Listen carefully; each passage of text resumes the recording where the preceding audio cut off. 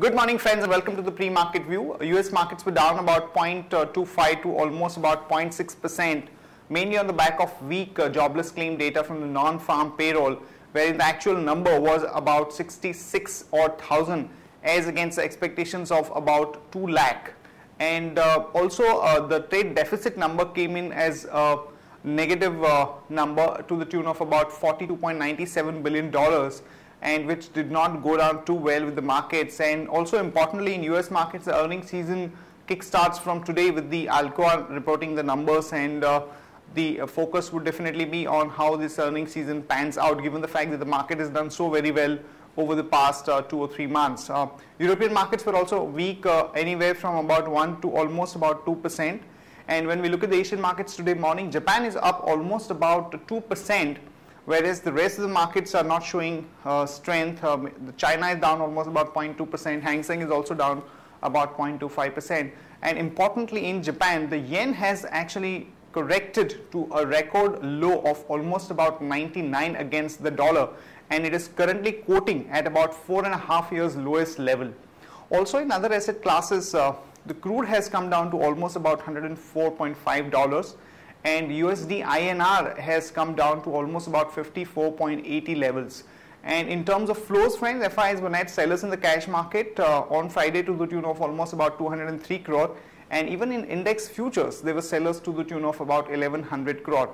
To put things into perspective, friends, we've seen this trend for the past about 4 to 5 trading sessions, wherein FIs have been regularly selling in the cash market, though the number is not so great. It's been anywhere from about 200 to 400 crore. And in the futures market also, this number has been about 700 to about 1100 crore, which is not comforting. And we've seen that the markets have been sliding for the past 5 to 6 sessions, and we have definitely closed all important support levels, both in terms of 200 days moving average as well as a few other averages. So technically the structure of the market is not looking too great, and on that note, let me invite Shaival to take us through important F&O cues, data and strategies that we can have in the F&O markets. Good morning, friends. Let's have a view at derivatives. Friends, it's geopolitical issue which has been heavily weighing on the world equity markets, and the same pressure can be felt in the Indian equity markets too. We have finally closed below the mark of 5,600, and we have also seen that the PCR ratio has been at 0.81.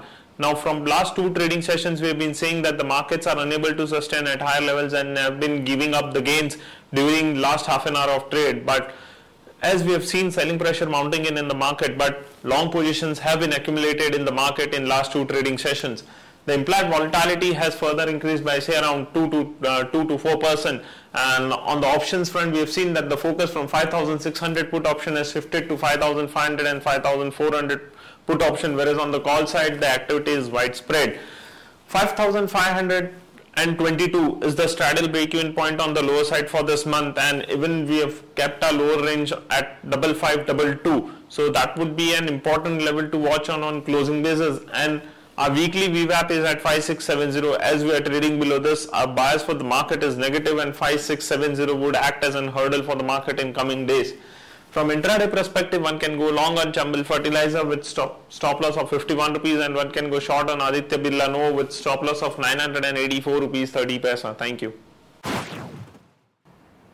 Here are the important news and events that we are tracking today. First of all, the RBI is likely to penalize the top 3 private sector banks which were named in the Cobra Post report, and RBI has found that there were KYC violations across the branches of all the 3 private sector banks, and also the customers were encouraged to buy gold, mutual fund and insurance products in cash. So there is likely to be some kind of a penalty levied onto these banks, and there could be some negative reaction on the back of this RBI report. In another negative development, the Aditya Birla Telecom and Idea Cellular both have been slapped with income tax notices to the tune of about 3,900 crore.